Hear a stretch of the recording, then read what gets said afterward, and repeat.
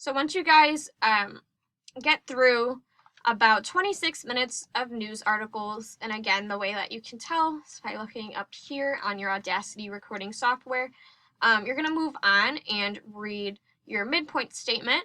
And that 26 also isn't like a hard 26. It could be 24 minutes, it could be 28 minutes, just somewhere around there. Decide that was your last article, and then go ahead and read your midpoint statement. So again, the midpoint statement is on the second page. It's kind of like the first page, you're just filling in the blanks. After you read that, you're going to go ahead and read opinion until approximately 30 minutes total. So if you read news for about 26 minutes, that gives you about 4 minutes to read opinion. So it's normally just one article. So you're going to go ahead on your Nonpareil website, click the lines again, scroll down, press opinion, and I normally just pick the first article. So in this case, I would pick this one. Sometimes there's two in one day, so you can pick the one that you want to read. But you're just going to go ahead and click it. And it's really just like the news articles, same thing. Title, who it's by, the date if that's on there. If there's a caption that seems important, read it. And then you're just going to go through, read your article as normal. If it's a longer article like this, you might need to pause a few times and break. You also might go over that 30 minutes. That's okay if you do. Sometimes the articles are just a little bit long. So once you're all done, you're going to click back and you are going to go to your reading guidelines again, and you're going to read the obituaries. So you can go over here to obituaries. So for obituaries, there's really no time guideline with this. You're going to read them all for the day that you read. Or if you read Monday, you're going to read them for Saturday and Sunday because they're never posted on Monday. So if you go ahead and read, Tuesday through Friday, you're just going to find that date, look at the ones underneath those and read them. If you read on Monday, you're going to go ahead and find the ones from Sunday and Saturday and read those. So to read the obituaries, you're just going to start again at the top of what you're supposed to read. Click it. You're going to read the person's name, and then you're going to go through and read their information. So this is the information here. Sometimes the text formatting is a little weird on the obituaries. Some of the text appears larger than others. That's not the case in this one, but just read everything that's posted under the obituaries as a general guideline. Even if it takes a while, that's okay. It just means you're going to have less sports to read. You won't be doing your iris reading for any longer than another person. And also with the obituaries, sometimes people get tripped up on these parentheses right here. It means who they're married to most of the time. It can also mean a maiden name. It really depends on the context, but if it's tripping you up, that's okay. Just skip it. Just read it as Linda Riley rather than Linda and Bill Riley if you're getting confused by that. So just go ahead and read all the obituaries for the day that you read, that you're supposed to read. So you might have a few obituaries or you might have a lot of obituaries. Again, that's okay. It'll average out in the end. In the case that there's no obituaries for the day that you read, say you click on obituaries and there's just nothing posted under Thursday, just say there's no obituaries, and then you're going to move on to your next sports section. So going back to the reading guidelines, we're going to sports next until about 55 minutes total. So we're going to go click sports. And for sports, again, you're reading top to bottom. The one thing that you really want to pay attention to is some of the sports articles are really hard to read. An example would be this article. It's basically all scores, which is super hard to read. So yeah, just take a look at it and make sure it's a paragraph format article. An example of one would probably be this article right here. Oh, actually, that is not a good paragraph format article. Let me click back. An example of one would probably be this one. So you're looking for articles that look like your J54 articles and are paragraph format. So with sports, this section, you really just want to pay a lot of attention to time. You want to be finishing up your reading, as it says on the reading guidelines, around 55 minutes, and when you submit the file itself, it should be between 55 and 58 minutes. Keep in mind you have to read a closing statement on this page, which is going to take you about a minute to read. So just really be paying attention to those articles that you're picking.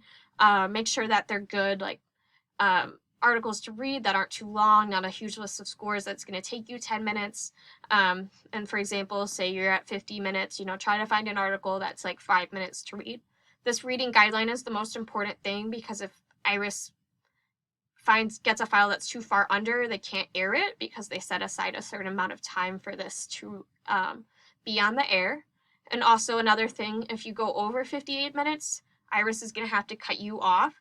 So if you find yourself at 58 minutes and you're still reading an article, just go ahead and cut yourself off, say that's all the time that we have for today, and read your closing statement that's listed on the reading guidelines page. And another thing too with the sports section, you're going to want to read all the sports for at least the day. So again, you can see these times right here. But say you've read all the sports for the day and you want to move on and read something else because you got trapped on sports for a long time. Say there weren't a lot of obituaries for the day. That's fine, because I know sports isn't everyone's favorite to read, and you don't need to read 20 minutes of sports if there's other news you would rather go read instead. So just read those for the day. If you want to move on, great, you can go pick a different type of news. You can go read, state and region news, national news. You can go read more of the entertainment or lifestyles news if that's what you would rather do. Or if you want to stay on sports and read that longer, that's okay too. Really, the most important thing is that we are getting the file to the right length. Some days in Council Bluffs, there just aren't a lot of news, and that's what happens. So that's completely okay. Just really pay attention to those time guidelines. So now I'm going to go back to our Google Drive folder, and I'm going to open up tips for reading and about IRIS. So just to go over some overall tips for your reading, it's okay to have fun with it. Go ahead, put some commentary in there if you want. Don't feel like you just need to read the articles and just move on. If you want to say something, for example, about the weather, or add something in at the end of the closing statement, like I hope you're having a nice day, that makes the reading a lot better, and the listeners really love to hear that. Don't say any phrases related to time, just because we'll air this a few times throughout the day. I know it's morning when you record it, but it'll air a lot of different times throughout the day. You're a volunteer, so it's okay. You don't need to sound like a professional broadcaster. You don't need to use a broadcast voice unless you want to. Just make sure you're enunciating and being loud and speaking clearly. If you make a mistake, really just correct yourself, like it says on the recording and exporting information. Little mess-ups are okay. They're going to happen. If you feel like it was a big slip-up, something that they're really going to notice, like your phone went off or you started coughing or sneezing, something like that, go ahead and pause on your Audacity software and make a note of that in your phone or on a piece of paper. For example, you could say like at 1:30, my phone went off. And then when you text in the GroupMe saying that you submit your file, or if you want to put it in that little comment section when you share it with me, just go ahead and put the times in there that you messed up and want edited out. Another thing too, you're going to have trouble pronouncing things most likely, especially if you're not from Iowa. That's the case for me. Just try your best. Just say, I don't know how to pronounce this. I think it's pronounced this way, or you can spell it out as well. Just really be mindful, especially with the obituaries, that you're being respectful. You can always just apologize and say, I don't know if I'm saying this right. I think it's pronounced this way. And also with the obituaries too, make sure you're reading those carefully and slowly to be respectful to people. Just because, if people are listening to this to hear about someone that they know who's passed away, you really want to make sure that you're communicating that information well to them. And then just to go over about IRIS again. So there we go. Sorry, I don't know what just happened there. IRIS is an organization that reads newspapers to people who are blind and visually impaired over the radio in Iowa, and it's all at no cost to the listener. So that brings us to the end of our IRIS tutorial from home. I apologize that you guys can't be in here in the studio and get that experience recording it, but again, this is something that's really important, especially with everything that's going on we really want to make sure that people are being informed in Iowa, and that people have a right to be informed about what's going on in their own communities. So please take this seriously and try your best with your IRIS reading. I know it's going to be a little bit more difficult from home and having to watch this tutorial, but please let me know if you have any questions. I'll try my best to be available, and I know the IRIS staff will also be available when you have your reading, so go ahead, send text in the GroupMe if you're confused. Call IRIS, call me if you have any questions. I really want to support you guys and help you do this reading to the best of your ability, and also make sure that we're getting it for the IRIS listeners as well. So again, thank you so much. If you have any questions after watching this tutorial, go ahead and send them to me in an email, or you can text them to me. You have my phone number on that contact page. And please just review this information, have your software downloaded, and be ready to go on the day of your reading.